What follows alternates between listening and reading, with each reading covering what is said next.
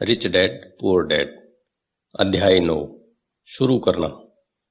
काश ऐसा होता कि मैं कह सकता कि दौलत इकट्ठी करना मेरे लिए आसान रहा है, परंतु ऐसा नहीं था। तो इस सवाल के जवाब में मैंने किस तरह शुरू किया। मैं दिन प्रतिदिन के हिसाब से अपने विचार प्रक्रिया को बताना चाहता हूँ। बड़े सौदों को खोजना सचमुच आसान है। मैं आपसे यह वादा कर सकता हूँ, यह मोटरसाइकिल बेचने की तरह है। थोड़े से अभ्यास के बाद आपको इसका पता ही नहीं चलता। जब पैसे की बात आती है तो आप अगर संकल्प कर लें तो थोड़ी देर डगमगाने के बाद आप संभल जाते हैं। जिंदगी में एक बार आने वाले करोड़ों डॉलर के सौदों को खोजने के लिए हम में फाइनेंशियल प्रतिभा होना जरूरी है। मुझे भरोसा है कि हम सभी के भीतर एक फाइनेंशियल जीनियस होता है। अगर यह है कि हमारी फाइनेंशियल जीनियस सोया होता है और उसे जगाने की जरूरत होती है।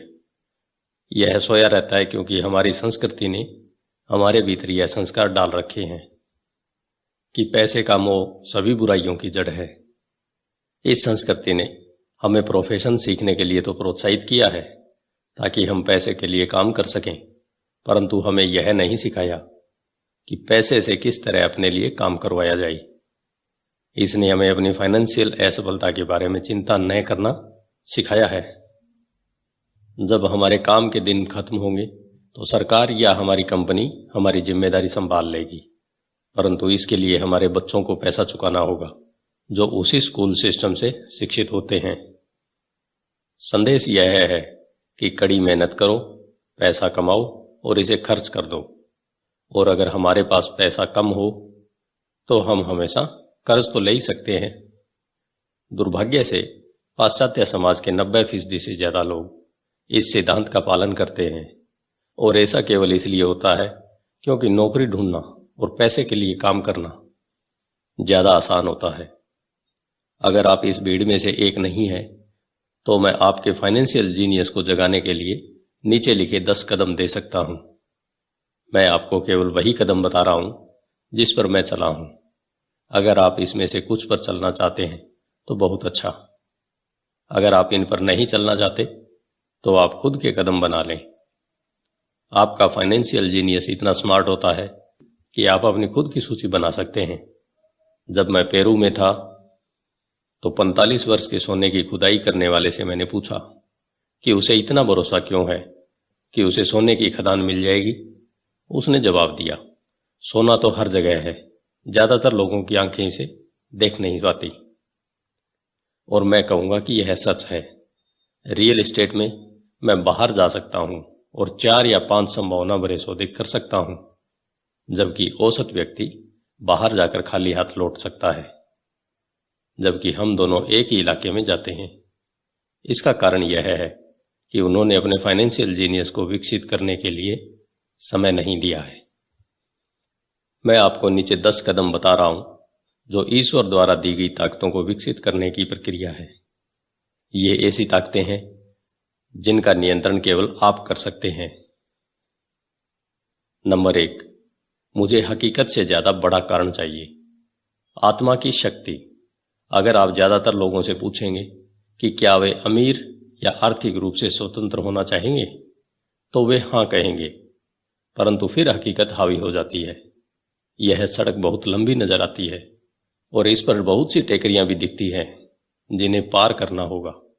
इसकी तुलना में यह ज्यादा आसान लगता है कि आप पैसे के लिए काम करें और बचे हुए पैसे अपने ब्रोकर को दे दें।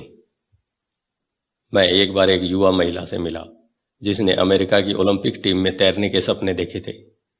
हकीकत यह थी कि उसे हर रोज सुबह 4 बजे उठना पड़ता था ताकि स्कूल जाने से पहले वह 3 घंटे तक तैर सके।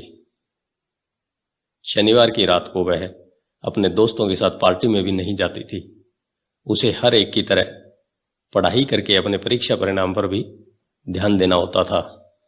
जब मैंने उससे पूछा कि उसकी अति मानवीय महत्वाकांक्षा और बलिदान के पीछे क्या कारण है, तो उसने यही कहा, मैं इसे अपने लिए करती हूँ और उन लोगों के लिए जिनसे मैं प्रेम करती हूँ। प्रेम ही मुझे सभी बाधाओं और बलिदानों के लिए तैयार करता है। हम क्या चाहते हैं और हम क्यों नहीं चाहते, इनका तालमेल भी एक कारण या लक्ष्य हो सकता है। जब लोग मुझसे पूछते हैं कि अमीर होने की इच्छा के पीछे मेरा कारण क्या था, तो यह गहरी भावनात्मक इच्छाओं और अनिच्छाओं का संयोग है। मैं कुछ की सूची बताऊंगा। पहले तो अपनी अनिच्छाओं की, क्योंकि उन्हीं के कारण इच्छाएं पैदा होती है। मैं सारी जिंदगी नौकरी नहीं करना चाहता था। मैं वह नहीं चाहता था जो मेरे माता पिता चाहते थे, यानी नौकरी की सुरक्षा और उपनगर में एक घर। मैं एक कर्मचारी नहीं बने रहना चाहता था। मुझे इस बात से बहुत नफरत होती थी कि मेरे डैडी अपने करियर में इतने व्यस्त रहते थे कि वे मेरे फुटबॉल मैच देखने भी नहीं आ पाते थे। मेरे डैडी सारी जिंदगी कड़ी मेहनत करते रहे और सरकार ने उनकी मौत पर उनकी कमाई का ज्यादातर हिस्सा ले लिया। मुझे इस बात से भी नफरत होती थी, अपनी मौत के बाद वे अपनी मेहनत की कमाई को अपने वारिसों के लिए नहीं छोड़ पाए। अमीर लोग ऐसा नहीं करते, वे कड़ी मेहनत करते हैं और अपने बच्चों के लिए ढेर सारा पैसा छोड़ जाते हैं। अब इच्छाओं की बात। मैं दुनिया घूमना चाहता हूँ और जिंदगी को मनचाहे तरीके से जीना चाहता हूँ। मैं ऐसा अपनी जवानी में ही कर लेना चाहता हूँ। मैं केवल आज़ाद होना और अपने समय और अपनी जिंदगी पर नियंत्रण करना चाहता हूँ। मैं चाहता हूँ कि पैसा मेरे लिए काम करे।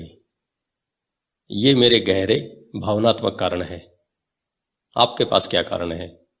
अगर वे पर्याप्त ताकतवर नहीं है तो रास्ते में आगे आने वाली हकीकत आपके कारणों पर हावी हो जाएगी। मैंने कई बार पैसा गंवाया है और कई बार फिर से शुरू किया है, परंतु चूंकि मेरे पास गहरे भावनात्मक कारण थे, इसलिए मैं हर बार उठ खड़ा हुआ और आगे बढ़ चला।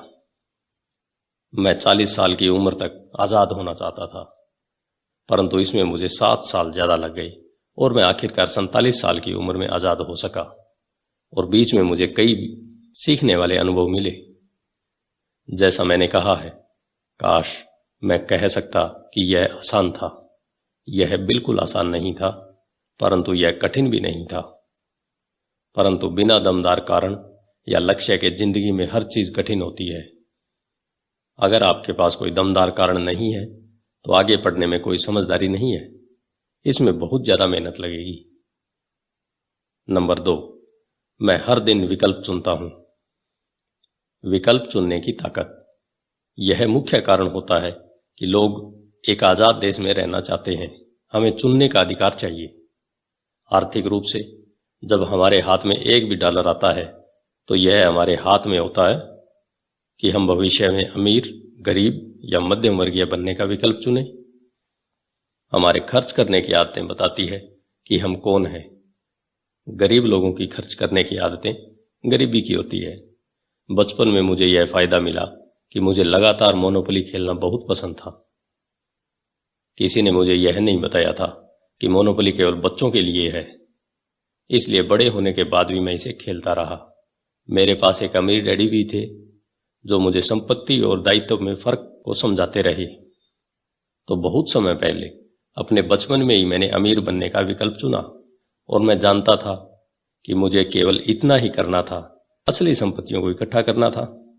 मेरे सबसे अच्छे दोस्त माइक को संपत्ति वाला कॉलम विरासत में मिला था, परंतु उसे इसे बनाए रखना सीखना था। कई अमीर परिवार अपनी संपत्तियों को अगली पीढ़ी में सिर्फ इसलिए खो देते हैं क्योंकि उन संपत्तियों की देखरेख करने के लिए किसी को प्रशिक्षण नहीं दिया जाता। ज्यादातर लोग अमीर न बनने का विकल्प चुनते हैं। 90% लोगों के लिए अमीर बनना बहुत झंझट का काम है, तो वे इस तरह की कहावतें इजाद कर लेते हैं। पैसे में मेरी कोई रुचि नहीं है, या मैं कभी अमीर नहीं बनूंगा, या मुझे चिंता करने की जरूरत नहीं है, अभी तो मैं जवान हूं, या मेरे पति या मेरी पत्नी फाइनेंशियल पहलू को संभालते हैं या संभालती हैं। इन वक्तव्यों के साथ समस्या यह है कि ये बोलने वाले से 2 चीजें लूट लेते हैं। एक तो है समय, जो आपकी सर्वाधिक कीमती संपत्ति है, और दूसरी शिक्षा। सिर्फ इसलिए क्योंकि आपके पास पैसा नहीं है, आप यह बहाना नहीं बना सकते कि आप इस कारण नहीं सीख पाए, परंतु यह विकल्प हम हर रोज चुनते हैं। यह विकल्प कि हम अपने समय, अपने पैसे और अपनी शिक्षा के साथ हर दिन क्या करते हैं। यही विकल्प चुनने की ताकत है। हम सभी के पास विकल्प होते हैं, मैं अमीर बनने का विकल्प चुनता हूं और मैं यह विकल्प हर रोज चुनता हूं। पहले शिक्षा में निवेश करें। वास्तव में आपके पास जो इकलौती असली संपत्ति है वह है आपका दिमाग, जो आपका सबसे शक्तिशाली यंत्र है।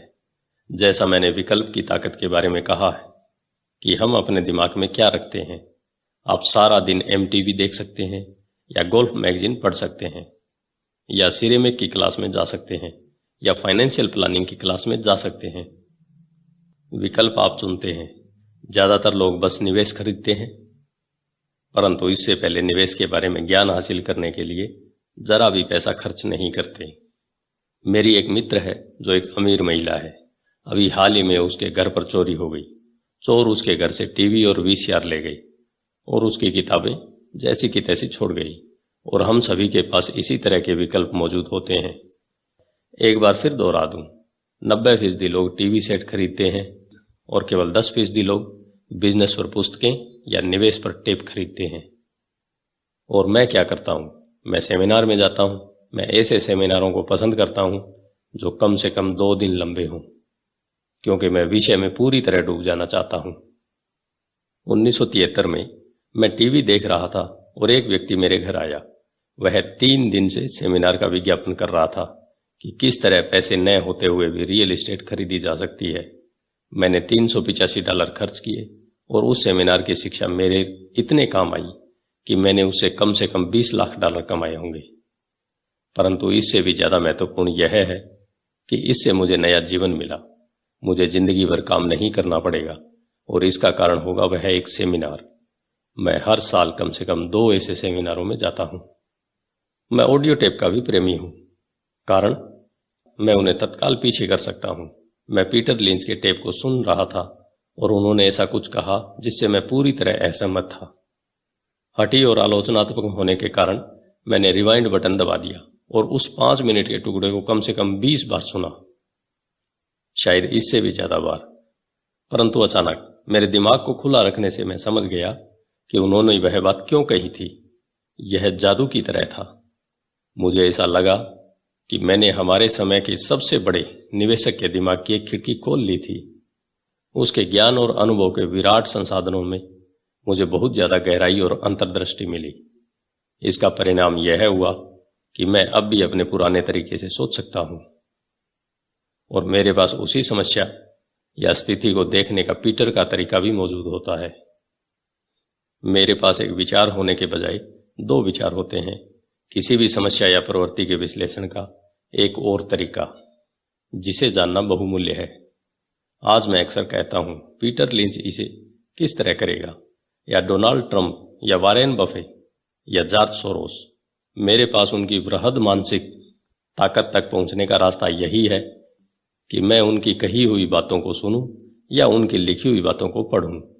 जिद्दी या आलोचनात्मक लोग प्राय कम आत्मसम्मान करने वाले होते हैं, जो खतरे उठाने से डरते हैं। अगर आप कुछ नया सीखते हैं तो अपने सीखे हुए ज्ञान को पूरी तरह से समझने के लिए आपको कुछ गलतियां भी करनी पड़ती है। अगर आपने यहां तक पढ़ लिया है तो एक बात तो तय है कि आप जिद्दी नहीं है। जिद्दी लोग पुस्तकें कम ही पढ़ते हैं या टेप कम ही खरीदते हैं। उन्हें इसकी क्या जरूरत है? वे ब्रह्मांड के केंद्र बिंदु हैं। ऐसे बहुत से बुद्धिमान व्यक्ति होते हैं जिनके सामने कोई नया विचार आने पर वे वाद विवाद करने लगते हैं, अगर वह नया विचार उनके सोचने के तरीके से अलग होता है। इस प्रकरण में उनकी तथाकथित बुद्धि उनकी हठधर्मिता के साथ मिलकर अज्ञान बन जाती है। हम सभी ऐसे लोगों को जानते हैं जो उच्च शिक्षित हैं या जो मानते हैं कि वे बहुत स्मार्ट हैं, परंतु उनकी बैलेंस शीट एक अलग ही तस्वीर दिखाती है। जो व्यक्ति वास्तव में बुद्धिमान होता है वह नए विचारों का स्वागत करता है, क्योंकि नए विचार पहले के विचारों के साथ मिलकर अद्भुत संयोग कर सकते हैं। बोलने से ज्यादा सुनना महत्वपूर्ण है। अगर यह सही नहीं होता तो भगवान ने हमें 2 कान और 1 मुंह नहीं दिए होते। बहुत से लोग अपने मुंह से सोचते हैं और सुनते समय नए विचारों तथा संभावनाओं को समझने की कोशिश ही नहीं करते। सवाल पूछने के बजाय वे बहस करने लगते हैं। मैं अपनी दौलत के बारे में दीर्घकालीन दृष्टि रखता हूं। मैं फटाफट अमीर बनने की मानसिकता में भरोसा नहीं करता जो ज्यादातर लॉटरी खेलने वालों या कैसीनो के जुआरियों के पास पाई जाती है। मैं शेयर खरीद सकता हूँ, शेयर बेच सकता हूँ, परंतु मैं शिक्षा के मामले में दूरगामी विचार रखता हूँ। अगर आप एक हवाई जहाज उड़ाना चाहते हैं तो मैं आपको पहले से सीखने की सलाह देना चाहूँगा।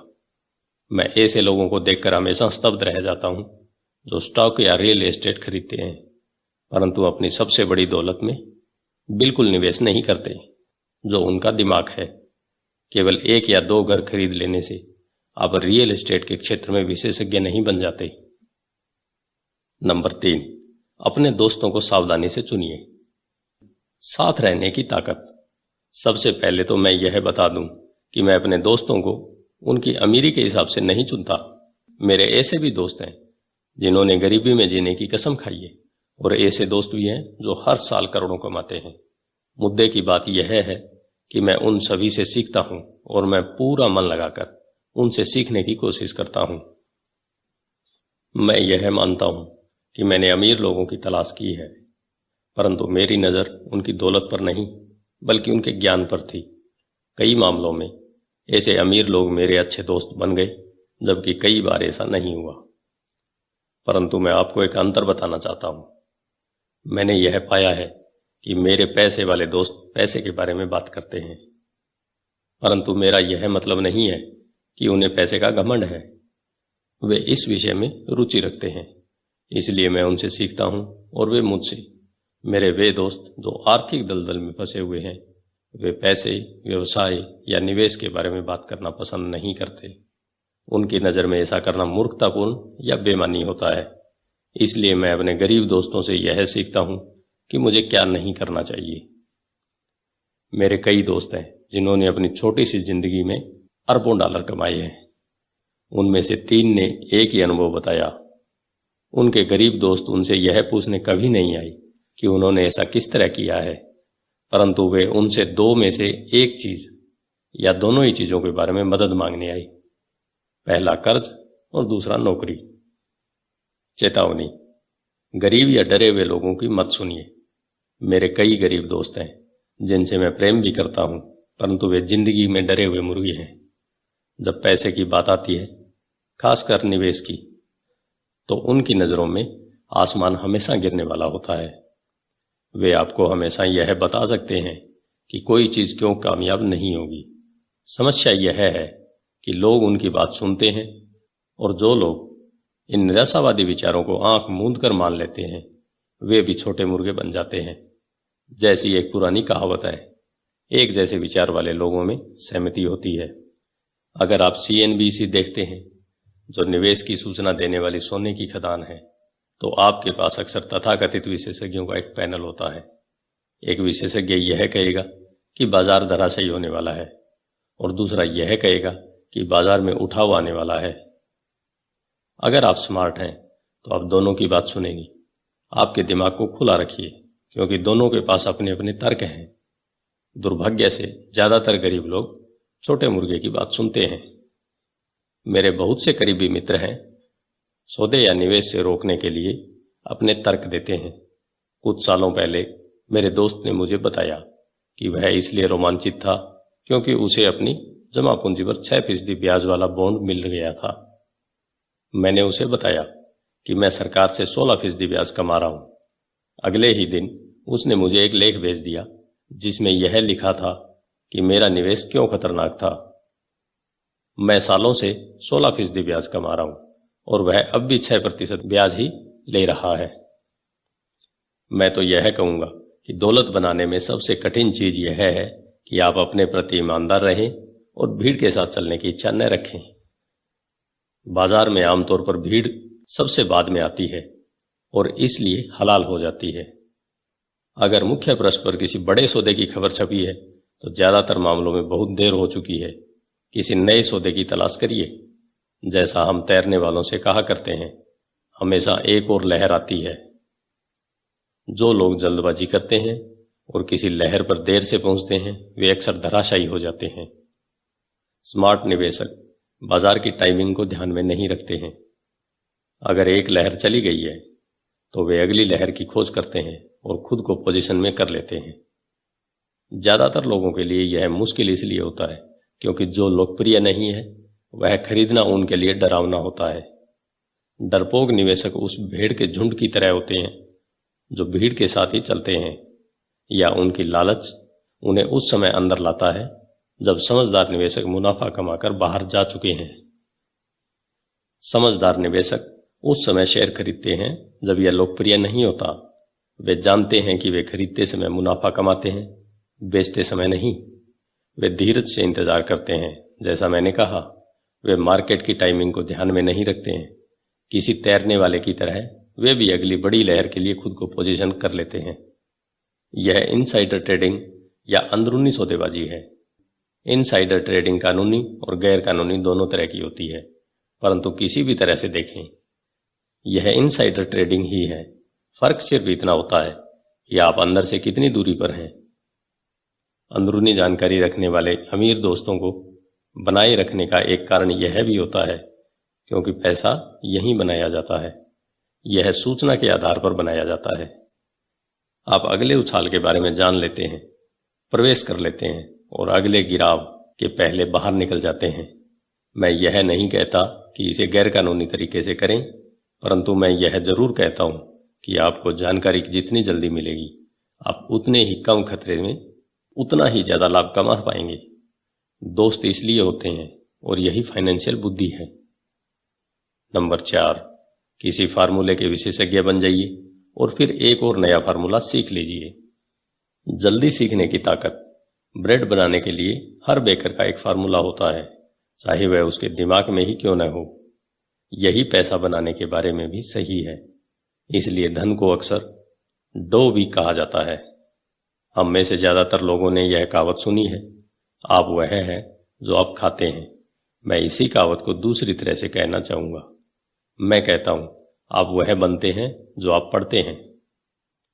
दूसरे शब्दों में, आप सावधान रहें कि आप क्या पढ़ रहे हैं या क्या सीख रहे हैं, क्योंकि आपका दिमाग इतना ज्यादा ताकतवर है कि आप जिस चीज के बारे में सीखेंगे आप वही बन जाएंगे।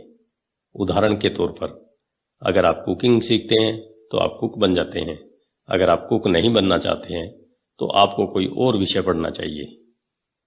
जैसा एक स्कूल टीचर शिक्षण का अध्ययन कर लेने के बाद आप अक्सर शिक्षक बन जाते हैं, और इसी तरह सिलसिला जारी रह सकता है। अपने अध्ययन के विषय को सावधानी से चुनें। जब पैसे की बात आती है तो ज्यादातर लोगों के पास वही एक मूलभूत फार्मूला होता है जो उन्हें स्कूल में सिखाया जाता था, और वह फार्मूला है, पैसे के लिए काम करो।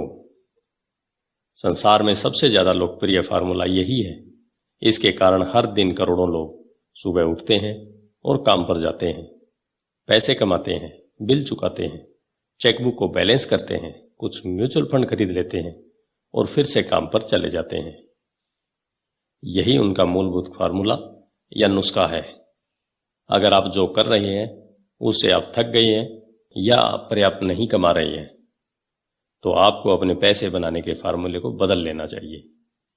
बहुत समय पहले जब मैं 26 साल का था, मैंने सप्तांत की एक कक्षा में भाग लिया जिसका शीर्षक था, किस तरह रियल एस्टेट फोरक्लोजर्स को खरीदें। मैंने एक फार्मूला सीख लिया। अगला कदम था अपने सीखे हुए सिद्धांत को असली जीवन में आजमाना। यहां पर ज्यादातर लोग रुक जाते हैं। 3 सालों तक जब मैं जेरॉक्स के लिए काम कर रहा था, मैं खाली समय में फोरक्लोजर्स को खरीदने की कला में पारंगत होने की कोशिश कर रहा था। मैंने उस फार्मूले से कई करोड़ डॉलर बनाए हैं, परंतु आज यह बहुत धीमा फार्मूला है और फिर भी बहुत से लोग इसका प्रयोग कर रहे हैं। एक बार मैं उस फार्मूले का विशेषज्ञ बन गया तो मैं नए फार्मूले की खोज करने लगा। कई कक्षाओं में मुझे कोई नई जानकारी सीधे रूप से नहीं मिली, परंतु मैंने हमेशा कुछ न कुछ नया जरूर सीखा। मैंने ऐसी बहुत सी कक्षाओं में भाग लिया है जो केवल डेरिवेटिव सौदेबाजों के लिए आयोजित की गई थी, और वस्तुओं के ऑप्शन सौदेबाजों के लिए तथा अराजकवादियों के लिए आयोजित कक्षाओं में भी मैं गया हूं। मैं अपने दायरे से पूरी तरह बाहर पहुंच गया था और एक ऐसे कमरे में था जहां परमाणु भौतिकी और स्पेस साइंस के विशेषज्ञों की भीड़ थी, परंतु मैंने वहां बहुत कुछ सीखा जिससे मेरा स्टॉक और रियल एस्टेट निवेश ज्यादा अर्थपूर्ण और फायदेमंद बन गया। ज्यादातर जूनियर कॉलेजों और सामुदायिक कॉलेजों में फाइनेंशियल प्लानिंग या पारंपरिक निवेश को खरीदने के तरीकों पर कक्षाएं आयोजित की जाती हैं। शुरुआत करने के लिए यह बहुत अच्छी जगह है। तो मैं हमेशा एक ज़्यादा तेज फार्मूले की खोज करता रहता हूँ। इसी कारण नियमित रूप से मैं एक दिन में जितना कमा लेता हूँ उतना कमाने में कई लोगों की पूरी जिंदगी लग जाती है। एक और बात, आज की तेजी से बदल रही दुनिया में आप कितना जानते हैं यह ज़्यादा महत्वपूर्ण नहीं रह गया है, क्योंकि प्राय आज आप जितना जानते हैं वह पुराना हो चुका है। महत्वपूर्ण यह है कि आप कितनी तेजी से सीखते हैं। यह कला अनमोल है। ज़्यादा तेज फार्मूले ढूंढने में यह बहुत काम आती है।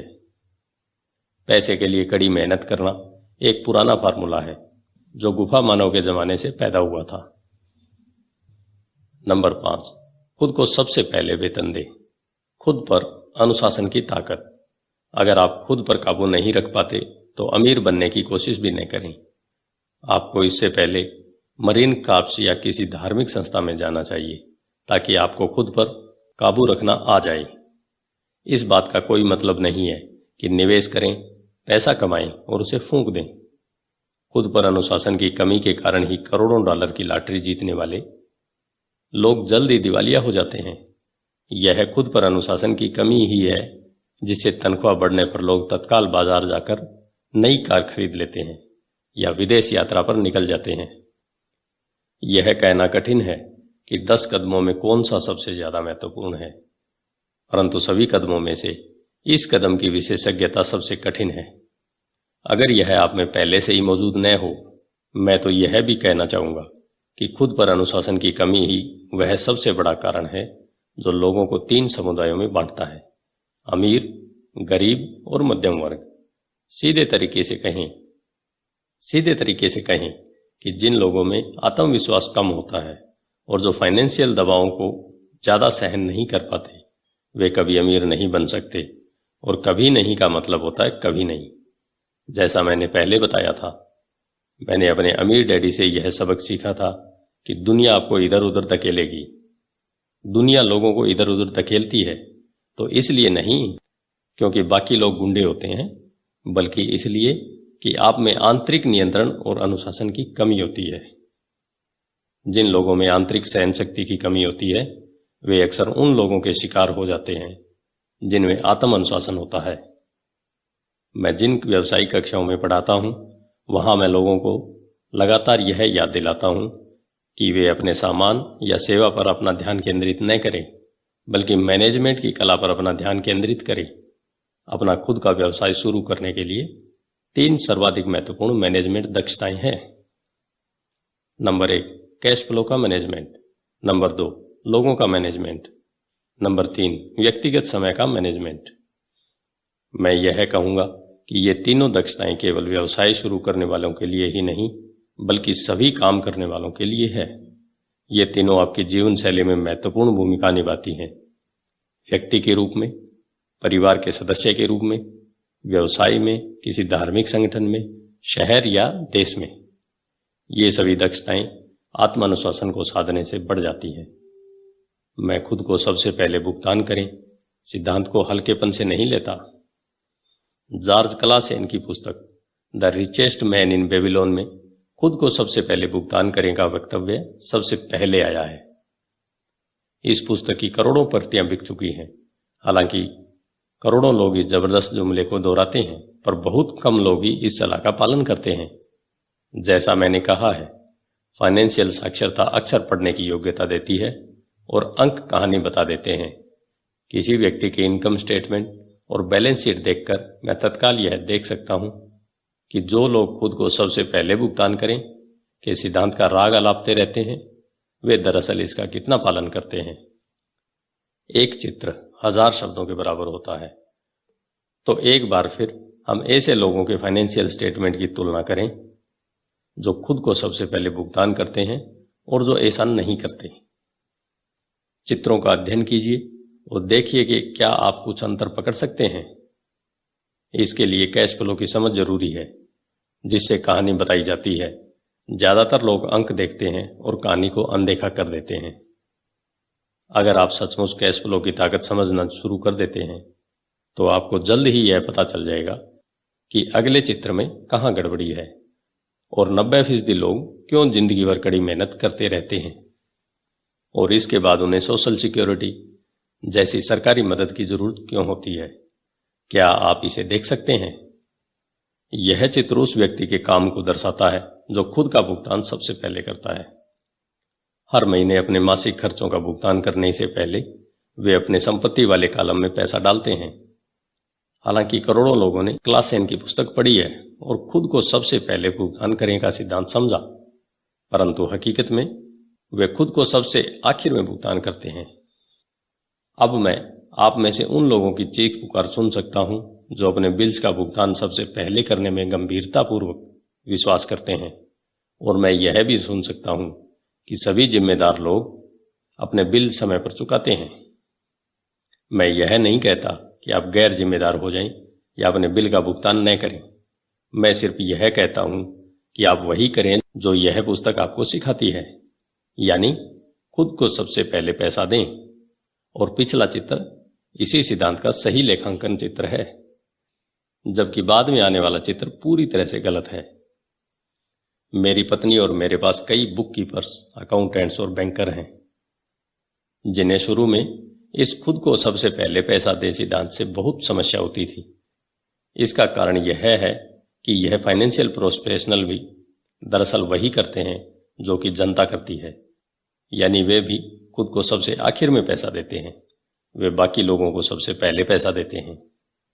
मेरे जीवन में ऐसे महीने भी आए हैं जब किन्हीं कारणों से मेरा कैश फ्लो मेरे बिल से काफी कम रहा है, फिर भी मैंने खुद को ही सबसे पहले पैसे दिए। मेरे अकाउंटेंट और बुक कीपर चीखने लगे, वे आपके पीछे पड़ जाएंगे, आपको जेल भी हो सकती है, आप अपनी क्रेडिट रेटिंग बिगाड़ देंगे, वे लोग बिजली काट देंगे। मैंने फिर भी सबसे पहले खुद को ही पैसा दिया, क्योंकि the richest man in Babylon की कहानी इसी बारे में है, खुद पर अनुशासन की ताकत और आंतरिक सहन शक्ति के बारे में। इसे बोलचाल की भाषा में गुर्दा भी कहते हैं। जैसा मेरे अमीर डैडी ने मेरे नौकरी के पहले माह में मुझे बताया था कि ज्यादातर लोग दुनिया की ठोकरें सहन करते रहते हैं। पैसे वसूलने वाला आता है और आप या तो पैसे चुकाओ, वरना तो आप उसे पैसे दे देते हैं और खुद को पैसे नहीं देते हैं। एक सेल्स क्लर्क कहता है, आप इसे अपने कार्ड चार्ज में डाल दें।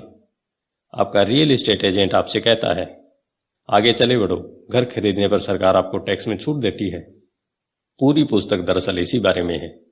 आप में धारा के विरुद्ध जाने का और अमीर बनने का गुर्दा होना चाहिए। हो सकता है कि आप कमजोर न हो, परंतु जब पैसे की बात आती है तो कई लोगों का हौसला पस्त होने लगता है। मैं यह नहीं कहता कि आप गैर जिम्मेदारन बने। मुझ पर ज्यादा कर्ज नहीं है, क्रेडिट कार्ड का कर्ज भी नहीं, और ऐसा इसलिए है क्योंकि मैं खुद को सबसे पहले पैसे देता हूं। मैं अपनी आय को कम से कम इसलिए करता हूं क्योंकि मैं इसे सरकार को नहीं देना चाहता। इसलिए आप में से जिन लोगों ने the secret of the rich नाम का वीडियो देखा है, उन्हें मैं यह बता दूं कि मेरी आय नेवादा के कॉरपोरेशन के जरिए मेरे संपत्ति वाले कॉलम से आती है। अगर मैं पैसे के लिए काम करता तो सरकार इसे ले लेती, क्योंकि मैं अपने बिल्स का भुगतान सबसे आखिर में करता हूं। परंतु मुझ में इतनी आर्थिक समझ है कि मैं किसी मुश्किल में नहीं फंसता हूं। मैं कंज्यूमर कर्ज को पसंद नहीं करता हूं। मेरे पास इतने दायित्व है जो 99% लोगों से ज्यादा है, परंतु उनका भुगतान मैं नहीं करता, बल्कि दूसरे लोग मेरी देनदारियों को चुकाते हैं। वे मेरे किराएदार कहलाते हैं। तो खुद को पैसा देने का पहला नियम यह है, कभी कर्ज में मत फंसो।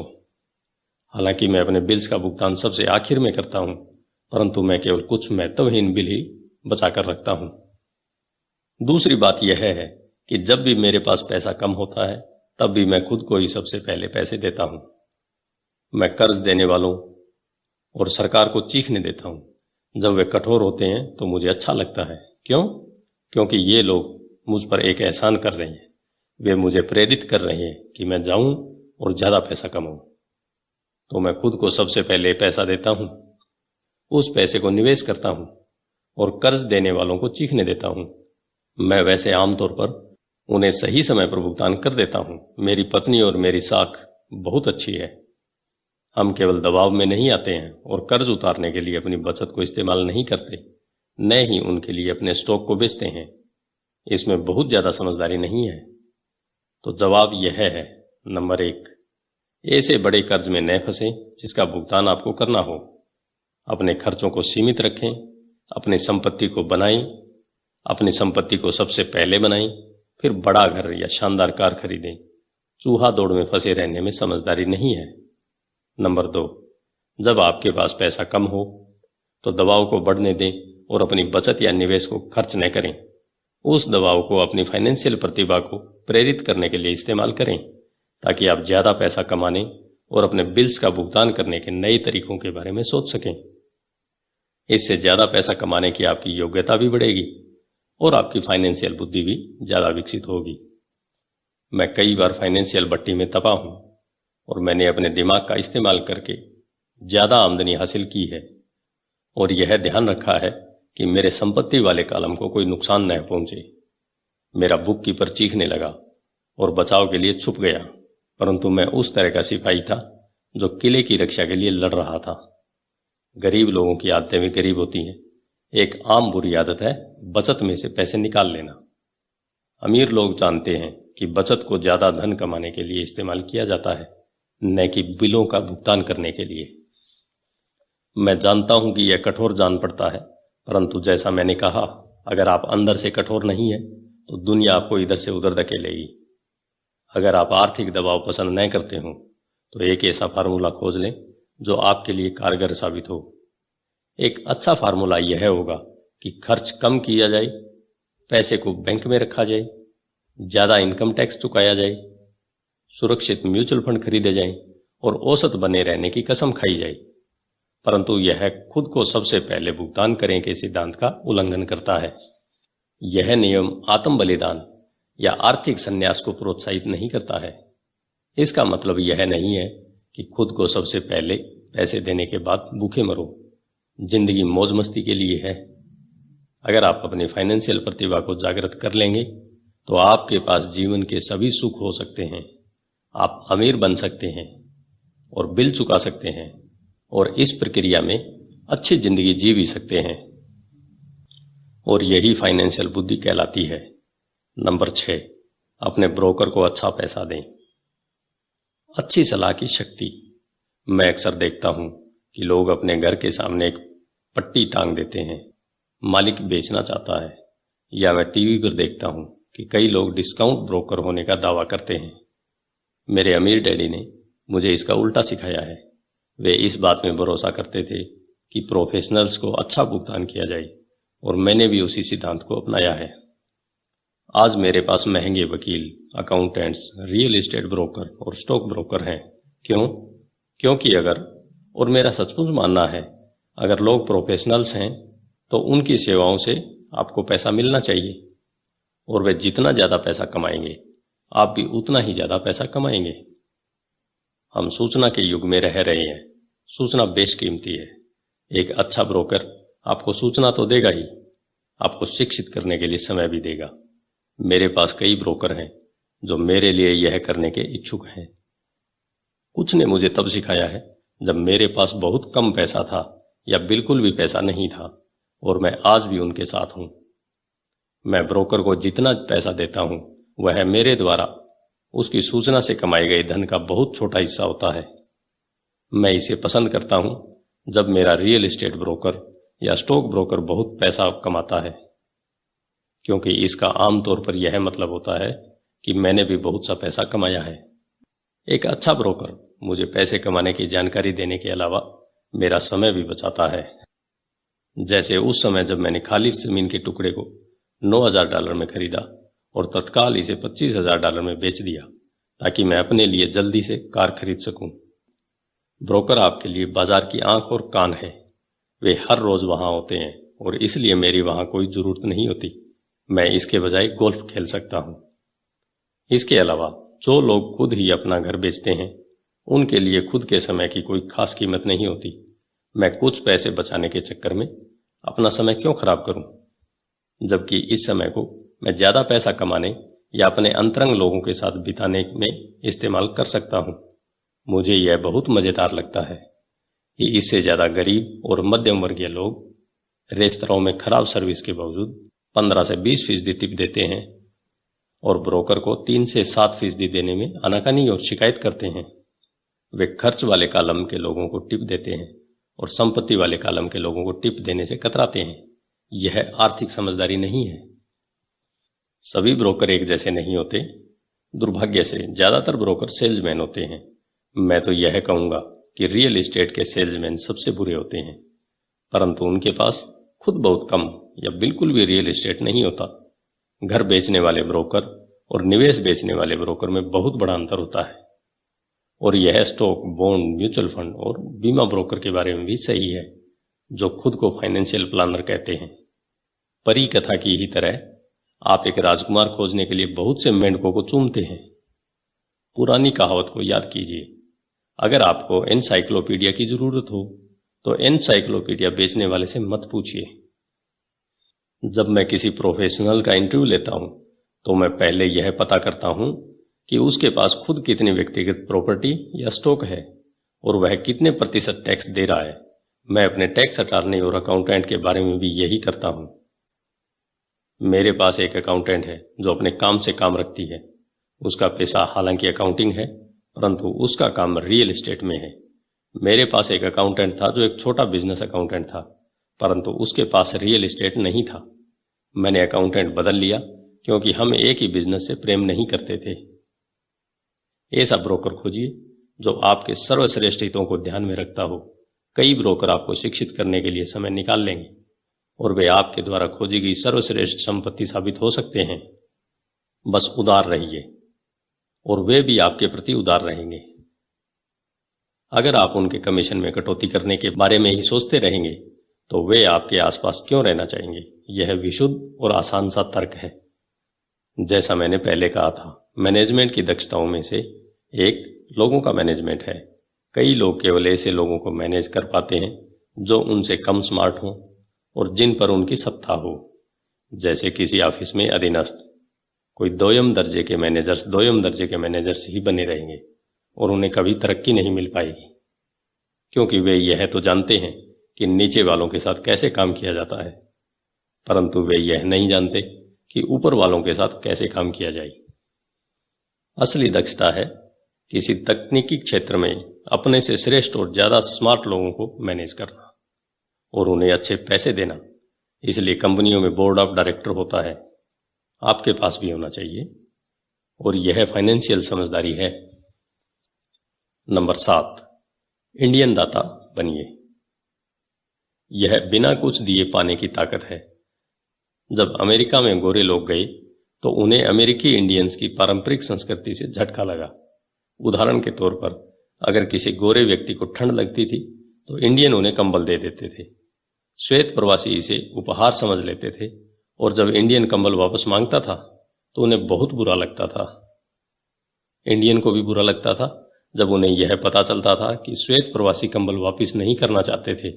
इस तरह इंडियन दाता वाक्यांश पैदा हुआ, एक छोटी सी सांस्कृतिक नासमझी के कारण।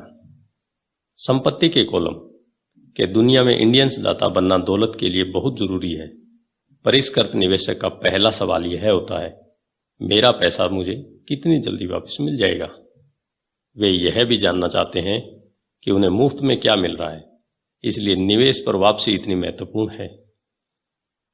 उदाहरण के तौर पर, मुझे एक छोटा रियल एस्टेट मिला जो मेरे घर से थोड़ी ही दूरी पर था। बैंक $60,000 चाहती थी और मैंने $50,000 की बोली लगाई, जो उन्होंने सिर्फ इसलिए स्वीकार कर ली क्योंकि बोली के साथ $50,000 का चेक भी लगा हुआ था। उन्होंने यह महसूस किया कि मैं गंभीर था। ज्यादातर निवेशक यह कहेंगे कि क्या आप अपना बहुत सा पैसा फंसा नहीं रहे हैं, क्या इस पर लोन लेना ज्यादा बेहतर नहीं होगा। इसका जवाब है, इस मामले में बिल्कुल नहीं। मेरी निवेश कंपनी जाड़े के महीनों में इसे वेकेशन रेंटल के रूप में इस्तेमाल करती है, जब प्रवासी पक्षी एरिज़ोना से आते हैं, और इसे 4 महीनों के लिए $2,500 किराए पर दे देती है। बाकी के 8 महीनों में इसका किराया केवल $1,000 होता है। मेरा पैसा लगभग 3 सालों में वापस आ गया था। अब मैं इस संपत्ति का मालिक हूं जो हर महीने मेरी आमदनी बढ़ाती रहती है। यही स्टॉक के बारे में किया जाता है। प्राय मेरा ब्रोकर मुझे सलाह देता है कि मैं किस कंपनी के स्टॉक में काफ़ी पैसा लगाऊं, क्योंकि उसके विचार से यह कंपनी कोई ऐसा कदम उठाने वाली है जिससे उसके शेयर में तेजी आ जाएगी और कोई नया सामान बाजार में लाने वाली है। मैं अपने पैसे को 1 हफ्ते से लेकर 1 महीने तक लगाए रखता हूं, जब शेयर की कीमतें बढ़ती हैं। फिर मैं अपनी मूलधन राशि को निकाल लेता हूं और बाजार के उतार चढ़ाव से बेफिक्र हो जाता हूं, क्योंकि मूल रकम वापस आ चुकी है और दूसरी संपत्ति पर काम करने के लिए तैयार है। इस तरह मेरा पैसा जाता है और फिर बाहर आ जाता है और मैं एक ऐसी संपत्ति का मालिक बन जाता हूं जो एक तरह से मुझे मुफ्त में मिलती है। यह सच है कि मैंने कई मौकों पर पैसा खोया भी है, परंतु मैं इतने ही पैसों से खेल खेलता हूं जितने का नुकसान मैं सहन कर सकता हूं। मैं यह कहूंगा कि औसत 10 निवेशों पर मुझे 2 या 3 में बहुत फायदा होता है, जबकि 5 या 6 में कोई लाभ हानि नहीं होती। मैं 2 या 3 में घाटा भी खाता हूं, परंतु मैं अपने नुकसान को उसी पैसे तक सीमित कर लेता हूं जो मेरे पास उस समय होते हैं। जो लोग जोखिम से नफरत करते हैं वे अपने पैसे को बैंक में रख लेते हैं और दीर्घकाल में उनकी बचत कुछ नहीं से बेहतर ही होती है, परंतु आपको अपना पैसा वापस निकालने में बहुत लंबा समय लग जाता है और ज्यादातर मामलों में तो आपको इसके साथ कुछ भी मुफ्त नहीं मिलता। पहले तो वे टोस्टर दिया करते थे, परंतु आजकल ऐसा बिरेल ही होता है। मेरे हर निवेश पर एक न एक चीज मुफ्त होनी चाहिए। एक छोटा रियल एस्टेट, एक मिनी स्टोरेज, खाली जमीन का टुकड़ा, घर, स्टॉक शेयर्स या ऑफिस बिल्डिंग, और जोखिम भी सीमित होना चाहिए। इस विषय पर इतनी ज्यादा पुस्तकें लिखी जा चुकी हैं कि मैं इनसे नहीं जाना चाहूंगा। मैकडोनाल्ड्स के मशहूर रे क्रोक हैमबर्ग फ्रेंचाइजी इसलिए नहीं बेचते थे क्योंकि उन्हें हैमबर्ग से प्यार था, बल्कि इसलिए क्योंकि उन्हें उस फ्रेंचाइजी के साथ आने वाला रियल एस्टेट मुफ्त में मिलता था। तो समझदार निवेशकों को ब्याज की दर से ज्यादा चीजों का ध्यान रखना चाहिए। आपका पैसा वापस मिल जाए और आपके पास क्या संपत्ति आती है, यह भी महत्वपूर्ण है। यह फाइनेंशियल समझदारी है। नंबर 8, संपत्ति से विलासिता की चीजें खरीदी जाती है।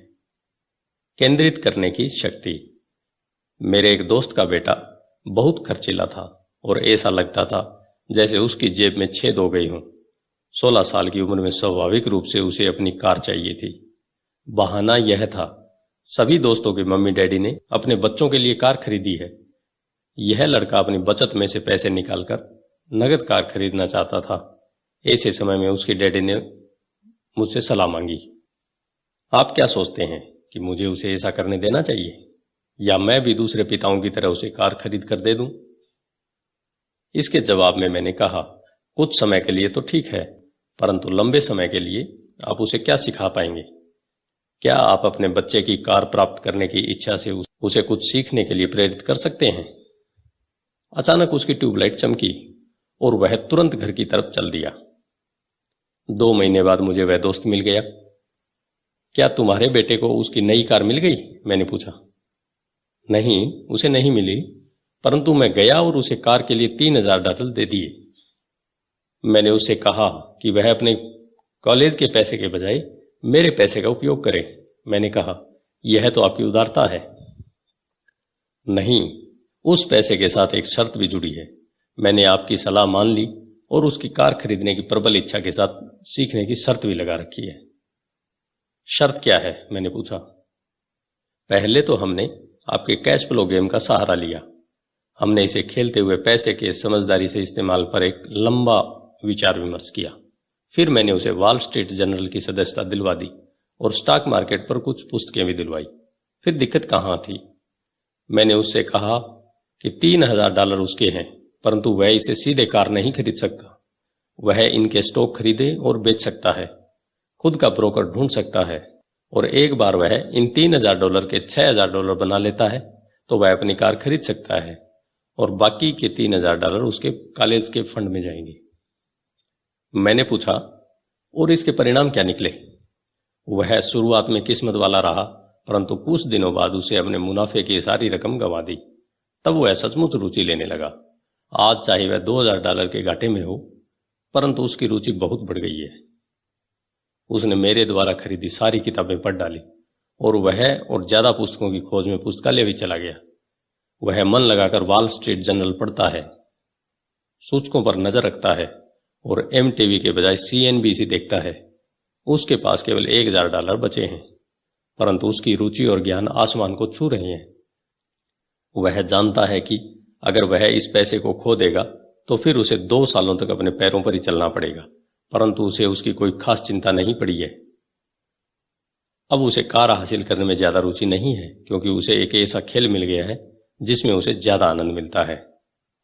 क्या होगा अगर वह सारा पैसा हार जाता है? मैंने पूछा। जब होगा तब देखा जाएगा। मैं तो चाहूंगा कि वह अभी सारा पैसा हार जाए, बजाय इसके कि वह हमारी उम्र में आकर सारा पैसा हारे। और इसके अलावा मैं तो यह मानता हूं कि उसकी शिक्षा पर खर्च किए गए यह सर्वश्रेष्ठ $3000 थे। जो वह सीख रहा है वह जिंदगी भर उसके काम आएगा, और वह पैसे की ताकत का सम्मान करना भी सीख गया है। मुझे लगता है कि अब उसकी जेब का छेद बंद हो चुका है। जैसा मैंने खुद को सबसे पहले पैसे देने वाले खंड में कहा था, अगर कोई व्यक्ति आत्म अनुशासन की ताकत हासिल नहीं कर सकता तो बेहतर यही होगा कि वह कभी अमीर बनने की कोशिश न करे। सैद्धांतिक हिसाब से संपत्ति वाले कॉलम से कैश फ्लो विकसित करने की प्रक्रिया आसान नजर आती है, परंतु इसमें पैसे की दिशा देने की मानसिक शक्ति की जरूरत होती है, जो मुश्किल साबित होती है। बाहरी आकर्षणों और प्रलोभनों के कारण आज की खरीदारी की दुनिया में यह ज्यादा आसान हो चला है कि पैसे को पूरा उड़ा दिया जाए। कमजोर मानसिक शक्ति के कारण ही वह पैसा सबसे कम प्रतिरोध वाले रास्ते पर बह जाता है। यही गरीबी और आर्थिक संघर्ष का कारण है। मैंने फाइनेंशियल समझदारी का यह आंकड़ों का उदाहरण इसलिए दिया ताकि पैसे से ज्यादा पैसे कमाने की योग्यता को जाना जा सके। अगर हम 100 लोगों को साल के शुरू में $10,000 दे दें तो साल के अंत में क्या होगा? 80 के पास कुछ भी नहीं बचेगा। वास्तव में कई तो ज्यादा कर्ज में दबे होंगे, क्योंकि उन्होंने नई कार, फ्रिज, टीवी, VCR या छुट्टियों के लिए नगद पैसा दिया होगा। 16 ने उस $10,000 को 5 से 10% बढ़ाया होगा, और 4 ने इसे $20,000 या लाखों डॉलर तक बढ़ाया होगा। हम किसी प्रोफेशन को सीखने के लिए स्कूल जाते हैं ताकि हम पैसे के लिए काम कर सकें। मेरे विचार में यह सीखना भी महत्वपूर्ण होता है कि पैसे से अपने लिए कैसे काम करवाया जाए। मैं भी हर व्यक्ति की तरह विलासिता की वस्तुओं से प्रेम करता हूं। अंतर यह है कि कई लोग अपने विलासिता को कर्ज लेकर खरीदते हैं। यह पड़ोसियों से प्रतियोगिता करने का जाल है। जब मैं कार खरीदना चाहता था तब आसान रास्ता यही था कि मैं अपने बैंकर को बुलाकर लोन ले लेता, परंतु मैंने दायित्व वाले कॉलम को बढ़ाने के बजाय संपत्ति वाले कॉलम पर ध्यान केंद्रित रखा। अब तो मुझे आदत पड़ चुकी है कि मैं अपने खर्च की इच्छा से प्रेरित होता हूं कि किस तरह उसके लिए अतिरिक्त पैसा जुटा सकूं। आजकल प्राय हम अपनी मनचाही चीजों को खरीदने के लिए कर्ज लेने पर ध्यान केंद्रित करते हैं और पैसा बनाने पर ध्यान केंद्रित नहीं करते। यह रास्ता कुछ समय के लिए तो आसान है, परंतु लंबे समय में यह बहुत मुश्किल साबित होता है। यह एक ऐसी बुरी आदत है जो हम में इंसानों के रूप में और राष्ट्र के रूप में भी है। याद रखें, आसान रास्ते अक्सर मुश्किल बन जाते हैं और मुश्किल रास्ते अक्सर आसान बन जाते हैं। जितनी जल्दी आप खुद को और अपने प्रियजनों को पैसे के शासक के रूप में प्रशिक्षित कर लेंगे, उतना ही आपके लिए बेहतर होगा। पैसा बहुत बड़ी ताकत है। दुर्भाग्य से लोग पैसे की ताकत को अपने खिलाफ इस्तेमाल करते हैं। अगर आप में पैसे की समझ कम है तो पैसा आपके ऊपर राज करेगा। यह आपसे ज्यादा स्मार्ट होगा। अगर पैसा आपसे ज्यादा स्मार्ट बन जाएगा तो आप इसके लिए जिंदगी भर काम करते रहेंगे। पैसे के ऊपर शासन करने के लिए आपको इससे ज्यादा स्मार्ट बनना होगा। फिर पैसा वही करेगा जो आप इससे कहेंगे। यह आपकी आज्ञा का पालन करेगा। इसके गुलाम होने के बजाय आप इसके मालिक होंगे। यही आर्थिक समझदारी है। नंबर 9, नायकों की जरूरत। मिथक की ताकत। जब मैं छोटा था तब मैं विली मेज, हैंक आरन, योगी बेरा का बहुत बड़ा प्रशंसक था। वे मेरे आदर्श थे। लिटिल लीग खेल रहे बच्चे के रूप में मैं उनकी तरह होना चाहता था।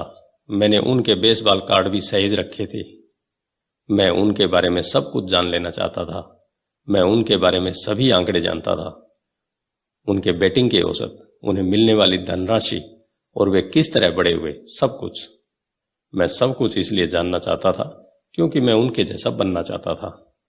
9 या 10 साल की उम्र में मैं जब बेसबॉल खेलने के लिए मैदान पर जाता था तो वह मैं नहीं जाता था, बल्कि मेरे रूप में योगी या हैंक मैदान पर उतरते थे। यह सीखने के सबसे सशक्त तरीकों में से एक है जो हम बड़े होने के बाद खो देते हैं। हम अपने नायकों को खो देते हैं, हम अपने नौसिखिएपन को खो देते हैं।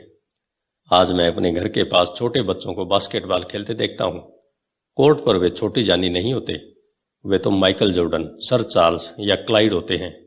आदर्श नायकों की नकल करना ज्ञान प्राप्त करने का सच्चा और सशक्त तरीका है। और इसलिए जब ओजी सिम्पसन की तरह का नायक बदनाम होता है तो इतनी चीख पुकार मचती है। यह किसी अदालती कार्रवाई से ज्यादा होता है। यह एक आदर्श नायक को खो देना होता है, एक ऐसे व्यक्ति जिसकी तरह बनने का सपना लोग बचपन में संजोए रखते हैं और वे जिसकी पूजा करते हैं। अचानक हमें उस व्यक्ति को अपनी जिंदगी से निकालना पड़ता है। जब मैं बड़ा हो गया था तो मेरे नायक बदल गए थे। मेरे गोल्फ के हीरो बने पीटर जैक्सन, फ्रेड कपल्स और टाइगर वुड्स। मैं उनके शॉट की नकल करता हूं और उनके बारे में सब कुछ पढ़ने की कोशिश करता हूं। मेरे आदर्श नायकों में Donald Trump, Warren buffet, Peter lynch, George Soros और जिम रॉजर्स भी हैं। बड़ा हो जाने के बाद मैं उनके आंकड़े उसी तरह जानता हूं जिस तरह की अपने बचपन में बेसबॉल हीरोज के आंकड़े जानता था। मैं अनुसरण करता हूं जब वारेन बुफे निवेश करते हैं और बाजार के बारे में, उनके नजरिए के बारे में सब कुछ पढ़ने की कोशिश करता हूं।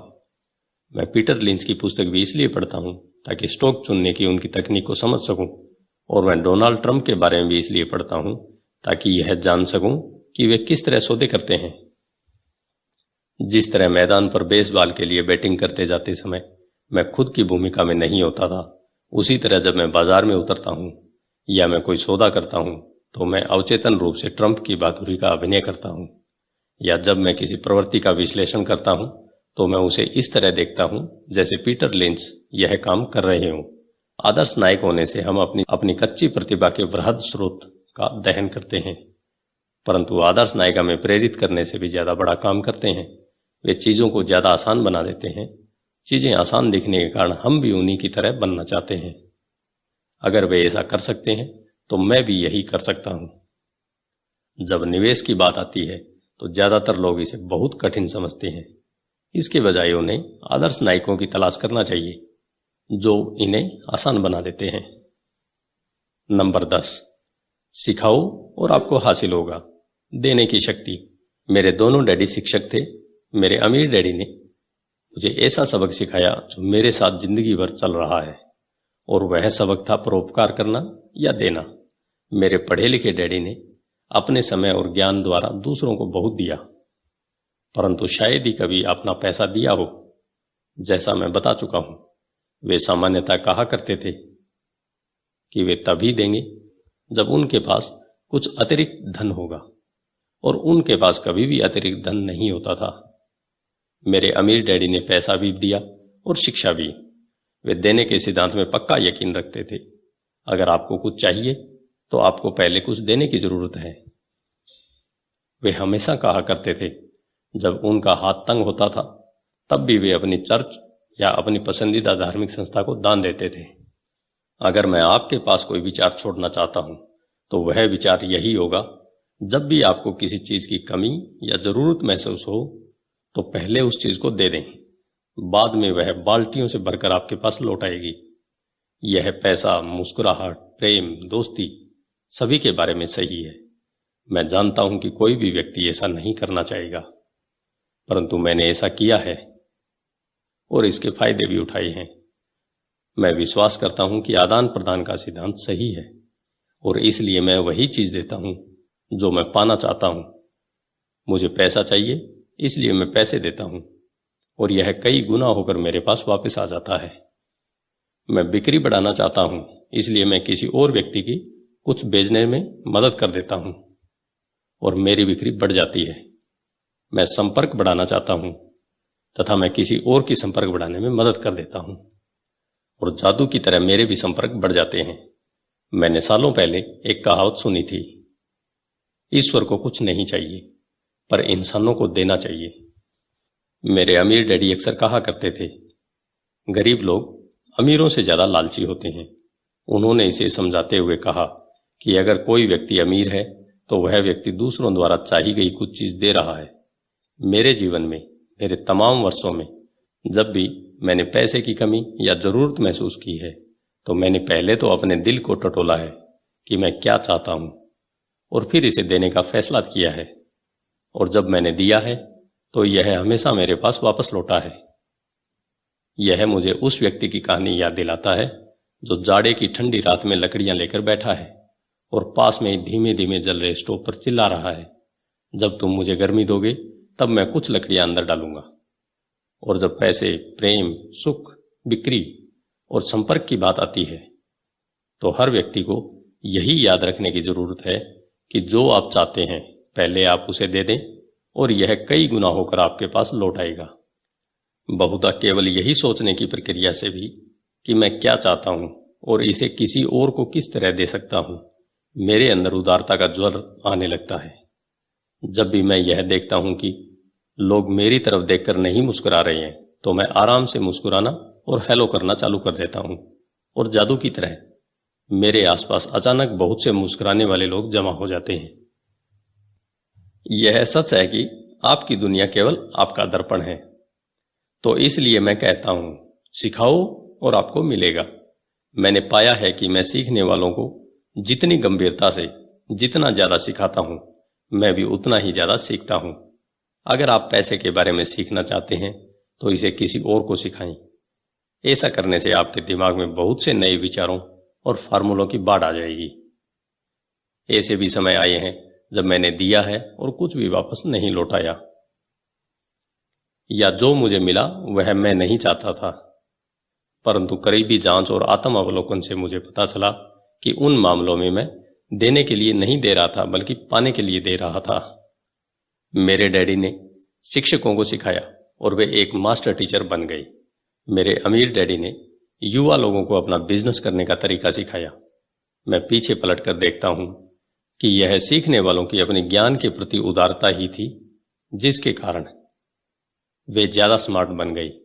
इस दुनिया में ऐसी ताकतें हैं जो हमसे ज्यादा स्मार्ट हैं। आप वहां खुद अपने दम पर पहुंच सकते हैं, परंतु उन ताकतों की मदद से वहां पहुंचना ज्यादा आसान होता है। आपको बस इतना ही करना है कि आप उदार हों और वे ताकतें भी आपके प्रति उदार होंगी। धन्यवाद। आइए चलते हैं अध्याय 10 की ओर, जो है और ज्यादा चाहिए, कुछ काम जो आपको करने चाहिए। आपका दिन शुभ हो।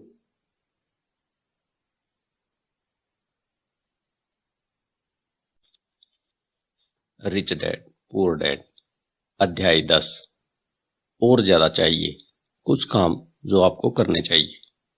हो सकता है कि कई लोग मेरे 10 कदमों से संतुष्ट न हों। उनकी नजर में यह फिलॉसफी ज्यादा है और इसमें काम की बातें कम हैं। मैं यह मानता हूं कि फिलॉसफी भी उतनी ही महत्वपूर्ण है जितने की काम की बातें। ऐसे कई लोग हैं जो सोचने के बजाय करना चाहते हैं, और ऐसे लोग भी हैं जो सोचते हैं परंतु करते कुछ नहीं है। मैं यही कहूंगा कि मैं दोनों प्रकार के लोगों का संयोग हूं। मैं नए विचारों को पसंद करता हूं और मैं काम करना भी पसंद करता हूं। तो उन लोगों के लिए जो किस तरह शुरू करें के बारे में कुछ मार्गदर्शक बातें जानना चाहते हैं, मैं संक्षेप में कुछ ऐसी बातें बताऊंगा जो मैं करता हूं। आप जो कर रहे हैं वह करना बंद कर दें। दूसरे शब्दों में, अवकाश लें और यह आकलन करें कि कौन सी चीज काम आ रही है और कौन सी चीज काम नहीं आ रही है। पागलपन की परिभाषा यही है कि आप वही चीज करते चले जाएं और अलग परिणाम की अपेक्षा करें। जो सफल नहीं हो रहा है वह करना बंद कर दें और कुछ नया करने की खोजें। नए विचारों की तलाश करें। नए निवेश के विचारों के लिए मैं किताब की दुकान में जाता हूं और अलग अलग तथा अनूठे विषयों पर पुस्तकें ढूंढता हूं। मैं उन्हें फार्मूलों का नाम देता हूं। मैं कैसे करें पुस्तकें उस फार्मूले के लिए खरीदता हूं जिसके बारे में मैं कुछ भी नहीं जानता। उदाहरण के लिए, मैंने एक किताब की दुकान में जोएल मास्कोविट्ज की पुस्तक द 16% सॉल्यूशन देखी। मैंने वह पुस्तक खरीदी और पढ़ डाली। तत्काल काम करें।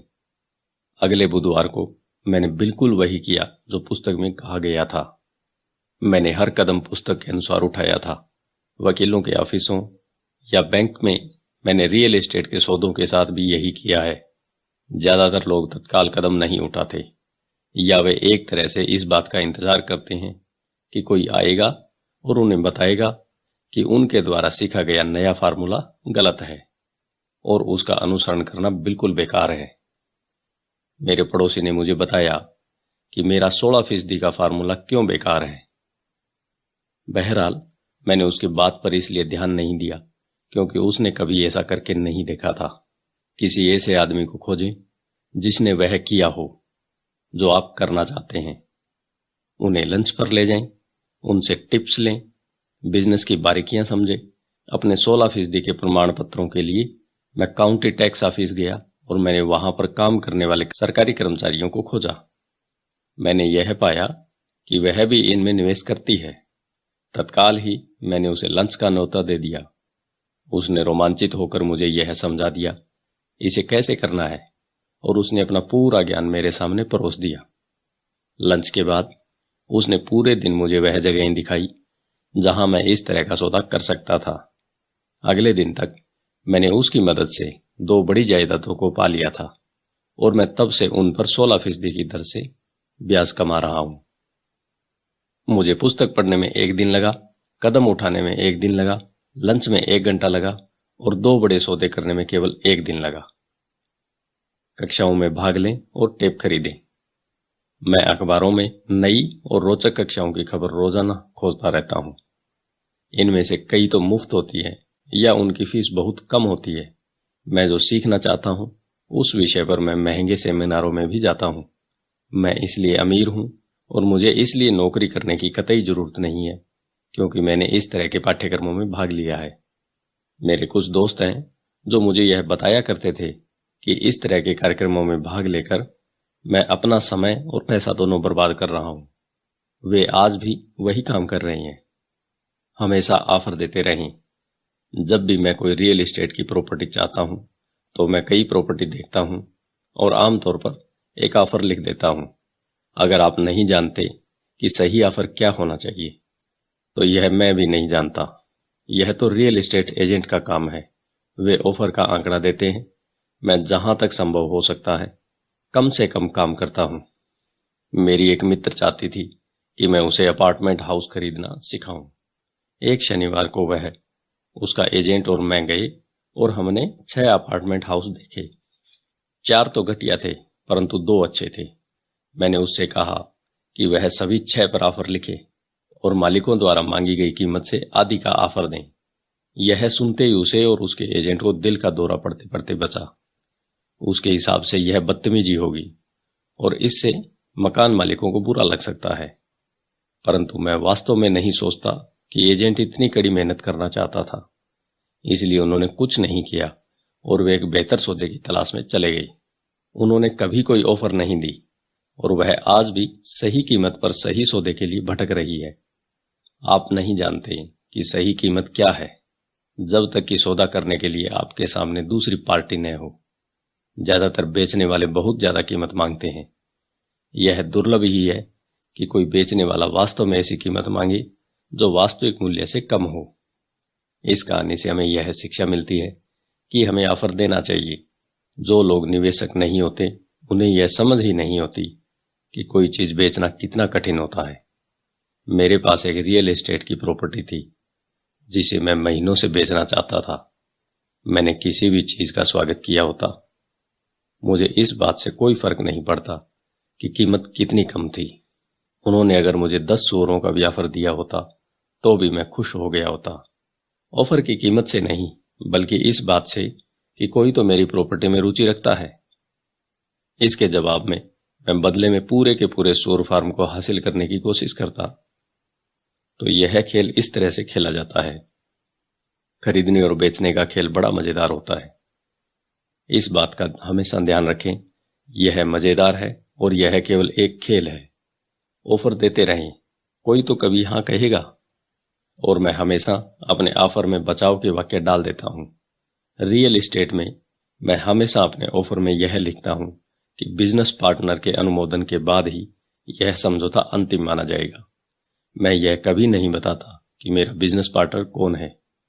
ज्यादातर लोग यह नहीं जानते कि मेरी बिजनेस पार्टनर मेरी बिल्ली है।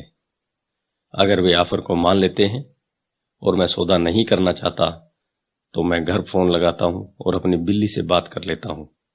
मैं यह अजीबोगरीब वक्तव्य इसलिए बता रहा हूं ताकि आप यह जान सकें कि यह खेल कितना आसान और सरल है। ज्यादातर लोग चीजों को बहुत ज्यादा जटिल बना देते हैं और उन्हें काफी गंभीरता से ले लेते हैं। एक अच्छा सौदा खोजना या सही बिजनेस ढूंढना, सही लोग या सही निवेशक ढूंढना दरअसल डेटिंग की ही तरह है। आपको बाजार में जाना होता है और बहुत से लोगों से बात करनी होती है और बहुत से ऑफर देने होते हैं। कई ऑफरों का जवाब देना होता है, चर्चा करनी होती है, अस्वीकार या स्वीकार करना होता है। मैं जानता हूं कि ऐसे भी अकेले लोग होते हैं जो घर पर बैठकर फोन की घंटी बजने का इंतजार करते रहते हैं। परंतु जब तक आप सिंडी कारफोर्ड या टॉम क्रूज नहीं होते, मैं सोचता हूं कि आपके लिए बेहतर तो यही होगा कि आप बाजार में जाएं, चाहे सुपरमार्केट में ही चले जाएं, खोजें, ऑफर दें, अस्वीकार करें, सौदेबाजी करें और स्वीकार करें। यह जिंदगी में हर चीज के बारे में दोहराई जाने वाली प्रक्रिया है। महीने में एक बार किसी निश्चित स्थान से 10 मिनट तक जॉगिंग करते हुए या टहलते हुए या गाड़ी चलाते हुए निकलें। मैंने अपने कुछ बेहतरीन रियल एस्टेट के निवेश तो जॉगिंग करते समय ही खोजे हैं। मैं 1 साल तक किसी निश्चित दायरे में जॉगिंग करता था। मैं परिवर्तनों को देखता रहता था। किसी भी सौदे में फायदे के लिए 2 तत्वों का होना जरूरी है, एक तो सौदा और दूसरा परिवर्तन। हालांकि सौदे तो बहुत से होते हैं, परंतु परिवर्तन को भांप लेने से सौदा एक फायदेमंद मौके में बदल जाता है। इसलिए जब मैं जॉगिंग करता हूं तो मैं जॉगिंग करने के लिए ऐसी जगह चुनता हूं जहां मैं निवेश करना चाहता हूं। बार बार उसी जगह के चक्कर लगाने से मैं वहां हो रहे छोटे छोटे परिवर्तनों को देख सकता हूं। मैं ऐसे रियल एस्टेट के साइन बोर्ड को भांप लेता हूं जो वहां काफी लंबे समय से लगे हुए हैं। इसका मतलब यह होता है कि बेचने वाला सौदा करने के लिए बहुत ज्यादा इच्छुक होगा। मैं जाते हुए ट्रकों को भी देखता हूं और आते हुए ट्रकों पर भी निगाह लगाए रखता हूं। मैं रुककर ड्राइवरों से बात करता हूं।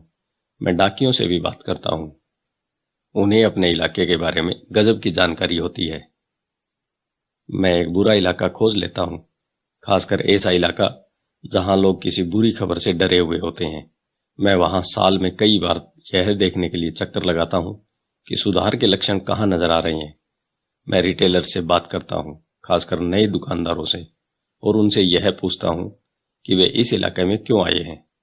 इसके लिए महीने में कुछ मिनट का समय देना होता है और मैं इसे तब करता हूं जब मैं कसरत कर रहा होता हूं या इसी तरह का कोई दूसरा काम कर रहा होता हूं, जैसे स्टोर जाने या आने का काम।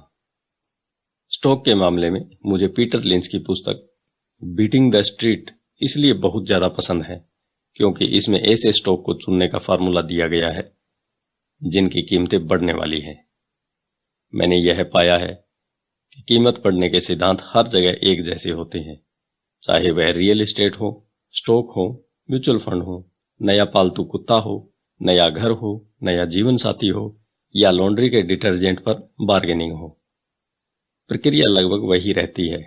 आपको यह जानने की जरूरत होती है कि आप किसकी तलाश कर रहे हैं और इसके बाद आपको उसे तलाशना होता है। ग्राहक हमेशा गरीब क्यों रहेंगे? जब सुपरमार्केट में कोई सेल लगती है, जैसे टॉयलेट पेपर की, तो ग्राहक दौड़कर स्टॉक इकट्ठा कर लेते हैं।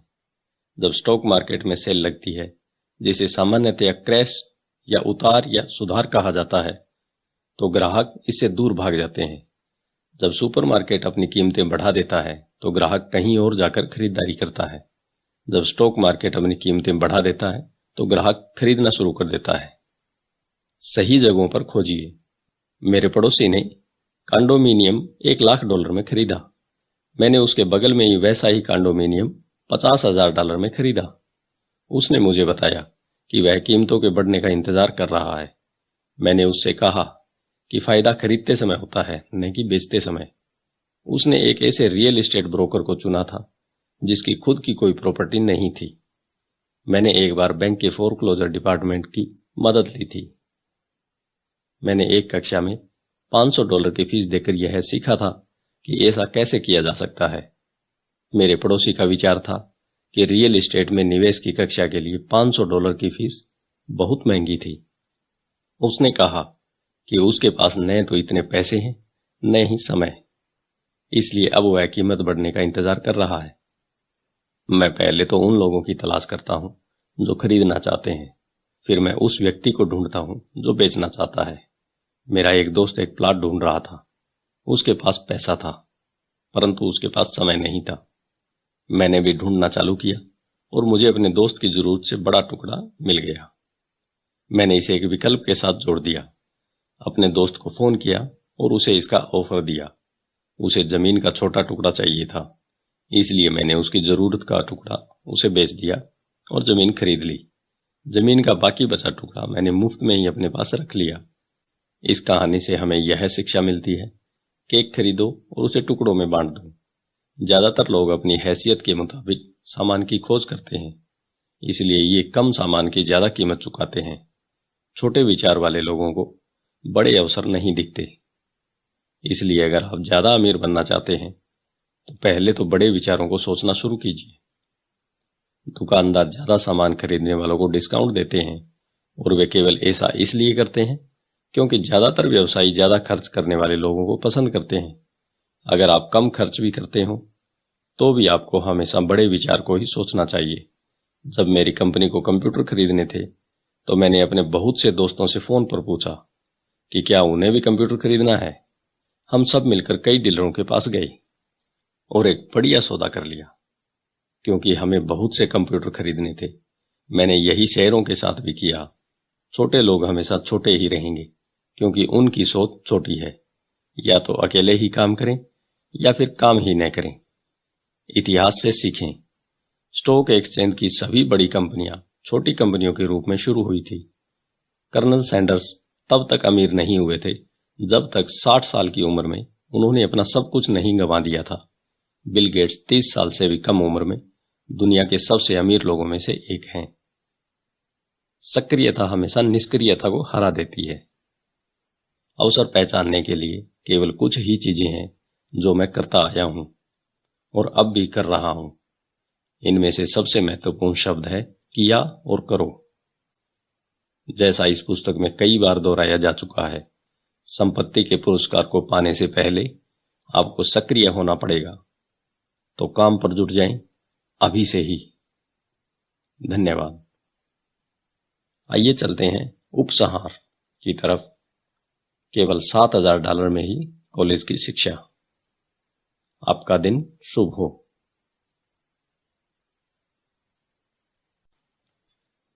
रिच डैड पुअर डैड उपसंहार।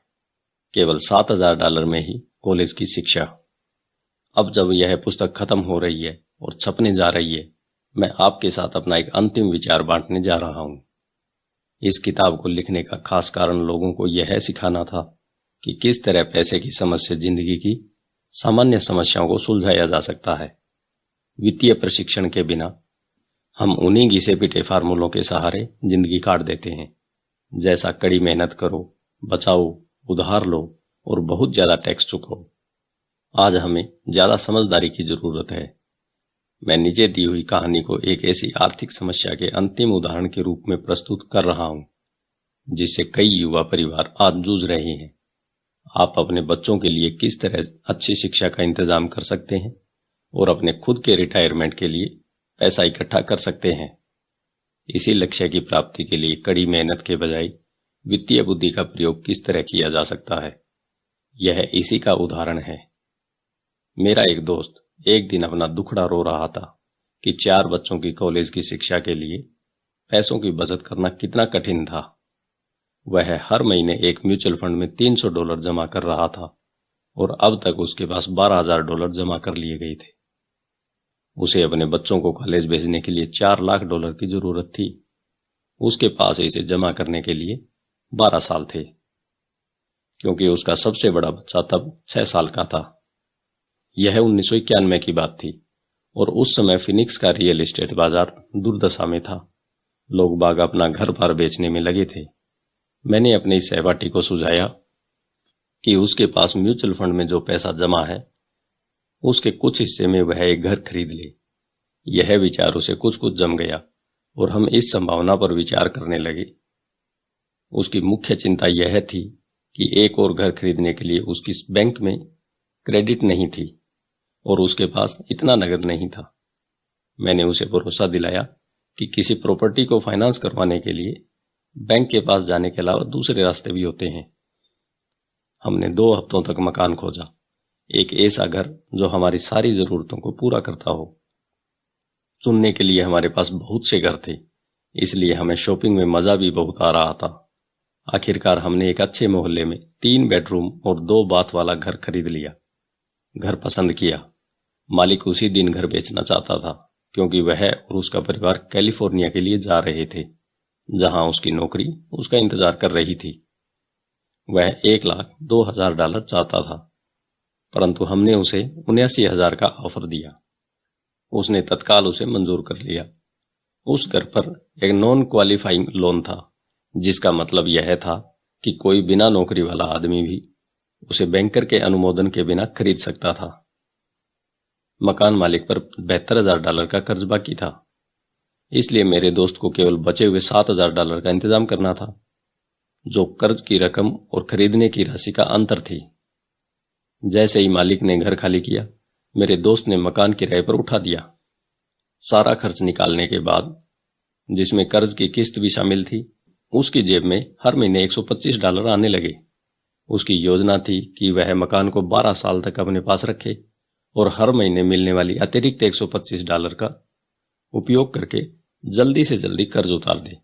हमने अनुमान लगाया कि 12 सालों में कर्ज का एक बड़ा भाग चुक जाएगा और जब उसका पहला बच्चा कॉलेज जाएगा तो उसके पास $800 प्रति माह की आमदनी होगी। अगर उस मकान की कीमत बढ़ जाती है तो वह घर को बेच भी सकता है। 1994 में फिनिक्स में रियल एस्टेट मार्केट अचानक बदल गया और उसे उसी घर के लिए उसके किराएदार ने $1,56,000 का ऑफर दिया, जो उस घर में रहता था और उससे प्रेम करने लगा था। एक बार फिर उसने मुझसे पूछा कि इस बारे में मैं क्या सोचता हूं और मैंने वास्तविक रूप से कहा कि वह इसे 1031 टैक्स विहीन एक्सचेंज के आधार पर बेच दे। अचानक ही उसके पास लगभग $80,000 अतिरिक्त आ गए। मैंने ऑस्टिन टेक्सास में अपने एक और दोस्त को फोन किया, एक मिनी स्टोरेज फैसिलिटी में लगा दिया। 3 महीने के भीतर उसे हर महीने लगभग $1,000 के चेक मिलने लगे। इसे वह कॉलेज म्यूचुअल फंड में जमा करने लगा और वह बहुत तेजी से बढ़ रहा था।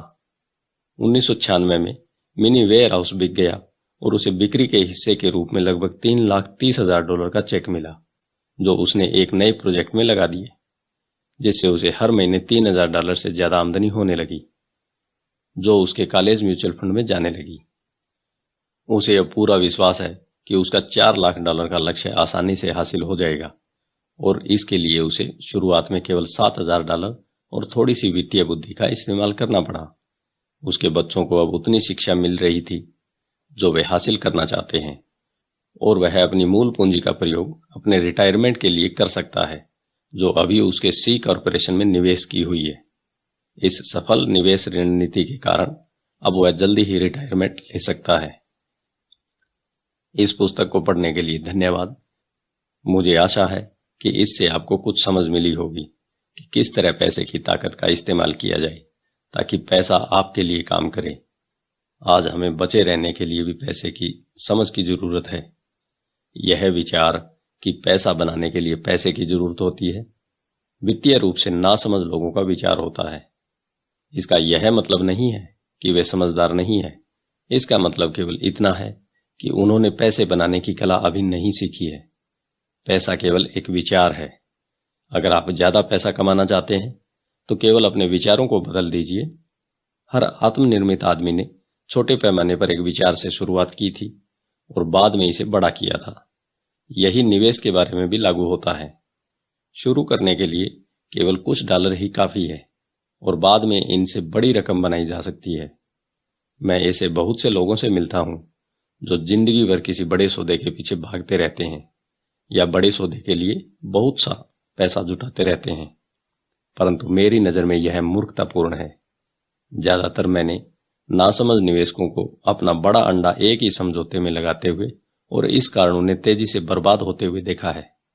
वे अच्छे काम करने वाले हो सकते हैं, वे अच्छे नागरिक हो सकते हैं, परंतु वे अच्छे निवेशक नहीं थे।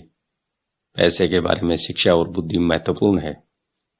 जल्दी शुरुआत करें, कोई पुस्तक खरीदें, किसी सेमिनार में जाएं, अभ्यास करें, छोटी शुरुआत करें।